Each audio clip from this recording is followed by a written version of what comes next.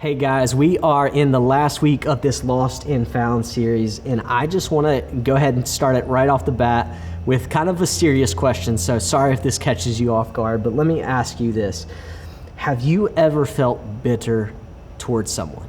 Like, have you ever felt bitter towards someone? What does it even mean when I say bitter? Like, what are some reasons a person might become bitter? What does bitterness look like? What does it feel like? And what do you think happens if someone stays bitter for a long time? Do you think you can control whether or not you do get bitter? So wrestle with those questions, pause this video, talk about that a little bit, find a definition for bitterness, and talk about what all that can kind of mean or what that looks like. Go ahead and pause this video right now.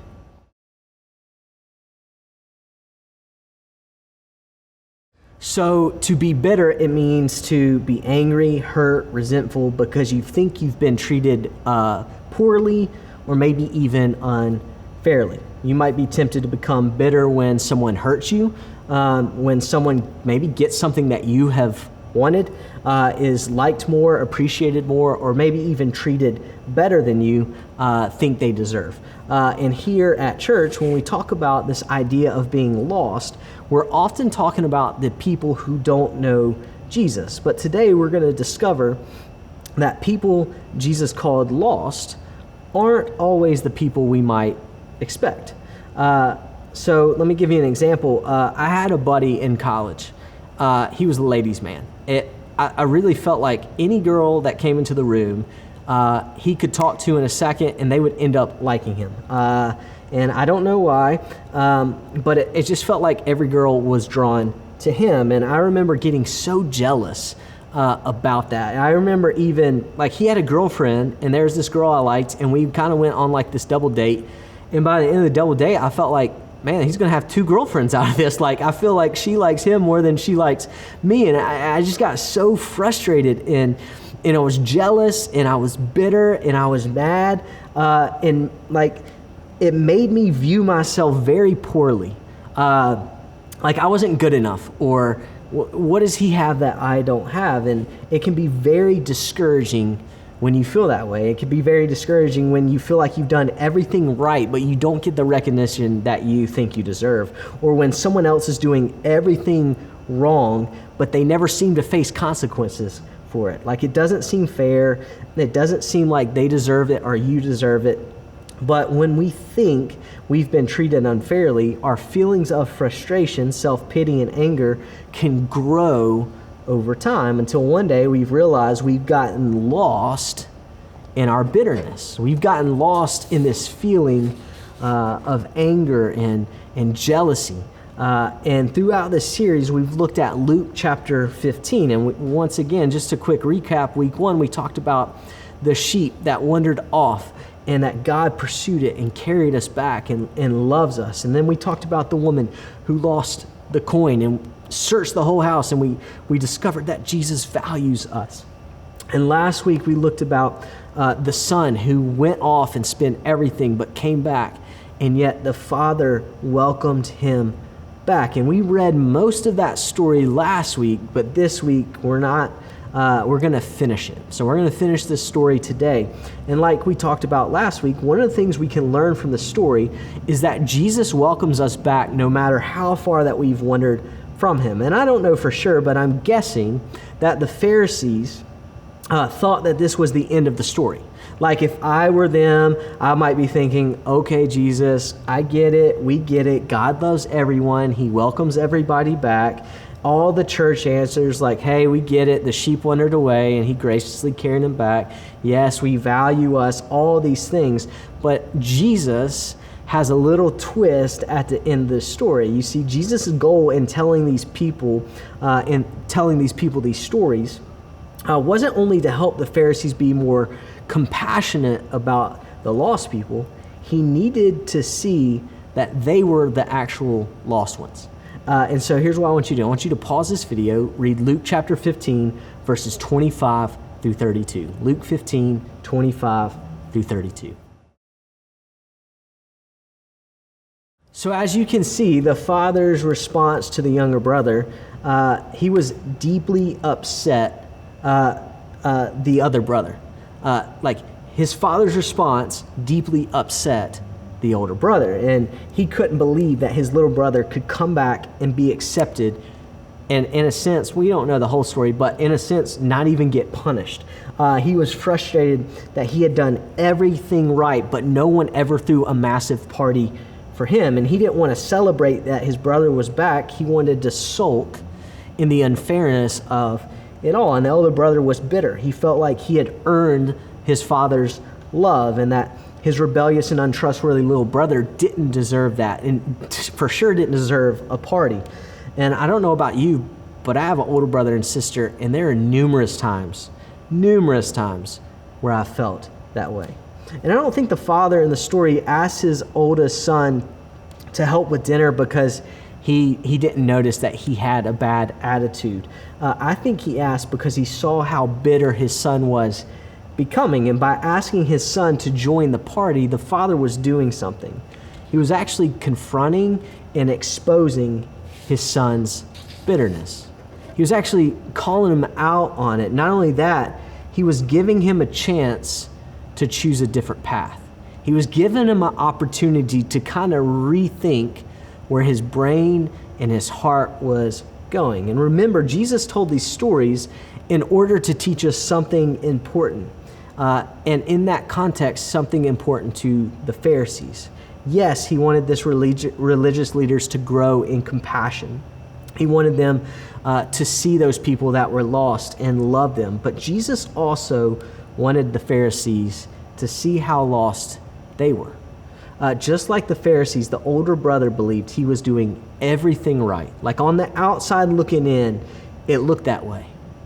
But on the inside, the older brother was actually judgmental. He was bitter. He was angry. And he himself was being selfish. And Jesus knew the Pharisees would think of the younger brother in this story as the lost son. But Jesus needed to see that both brothers were actually both lost, but in just different ways. And then the story ends. Jesus never tells us if the older brother joins the party, decides to help out, or if he just stayed outside and threw another kind of party, right? Like a pity party, sulking and feeling bad for himself. All we know is this: the brother was invited to join the party. The brother was invited to be a part of the celebration. And that's the point. Jesus didn't give the Pharisees an ending because the story was actually an invitation. The story was an invitation. And with this series of stories, Jesus was asking the Pharisees, what will you do? Like, will you stay outside sulking, or will you join in on the party? And just like the father in the story, Jesus exposed the Pharisees' bitterness and then gave them a choice to choose another path. And years after Jesus told this story, Jesus' followers were still letting these truths that Jesus shared in this story change their hearts. And in the book of Titus, the Apostle Paul wrote a letter to his friend Titus where he says a couple of cool things. So pause this video, read Titus chapter 3, verses 3 through 6. Titus chapter 3, verses 3 through 6. And here's what I see in this passage. We're all a mess. We all have stuff in our lives that we have, that has happened to us, that we have chosen to do, and none of us can earn God's love. But guess what? Jesus came to save us anyway. And Jesus just doesn't save us to go to heaven, right? That's a typical mindset of, oh, well, if I get saved, I'll go to heaven. No, Jesus saved us for the here and now. He saved us so that we could escape bitterness, so we could escape hatred, so we could escape selfishness and cruelty, all these things. And the Pharisees thought they knew exactly what was lost, but they were so busy judging other people that they missed the fact that they were lost too. And so the father invited his oldest son to join the party, and Jesus invited the Pharisees to join his party. And guess what? Jesus is inviting you to join the party as well. Jesus is inviting you to join the party too. So where do you see yourself in this story? Like, where do you see yourself in this story? No matter where you are in your journey of faith right now, we all have something important that we can learn from Jesus.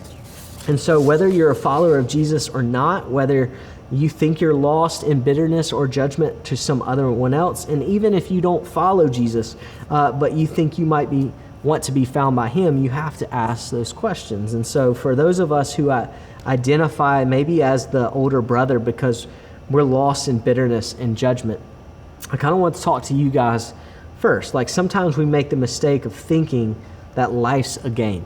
Like if someone else wins, then we have to lose. Or if someone else does good, then ours is bad. But that's not how life works, and it's definitely not how God works. Like when someone else gets noticed, it doesn't mean that you get unnoticed. When someone else gets valued, it doesn't make you less valuable. Like when someone gets welcome, it doesn't make you get unwelcomed. When someone else gets a party thrown for them, it doesn't mean that you're not worth celebrating. Like remember how we said that by inviting his son to the party, the father was both exposing him to his bitterness and judgment and giving him a chance to make a choice. And Jesus says the same thing for us today. And so through his parables, Jesus is saying a couple things to us. God notices you, God values you, and God always welcomes you back. And you know that person you're bitter or judgmental towards right now, guess what? God values them. God notices them. God welcomes them back too. So the question is, what will you do? Will you stay outside sulking, or will you join the party? If you've ever been lost in bitterness or judgment recently, Jesus is inviting you to celebrate his love for the person you're struggling to celebrate. That's how you get found again. So maybe, though, for you, you don't identify necessarily with the older brother, and you're not really sure or know the God symbolized by a loving father story. Maybe you need to be found by Jesus for the first time. Maybe you even feel like the youngest son, that you've wandered off and you need to come back. If you're lost spiritually, Jesus is inviting you to start a new life with him. He's asking you to let him find you. And just like the father in the story told his son, when people that are lost get found, it's always worth celebrating. Always. And today, I hope you'll choose to celebrate what God has done and what God is doing, not only in your life, but in other people's life as well. Because when someone gets found by God, Jesus invites you to that party. So guys, I hope over the past 4 weeks, you were able to connect and relate and realize how much God loves you, how much he values you and notices you, and how much he wants you to come back to him even when you feel like you've wandered too far, and how much he wants to celebrate with you and your friends when you realize the life that you can have in Jesus. Hey guys, we won't meet next week because it's Easter, April 4th, so we'll hope to see you back in house groups on April 11th. We'll see you guys in a couple weeks.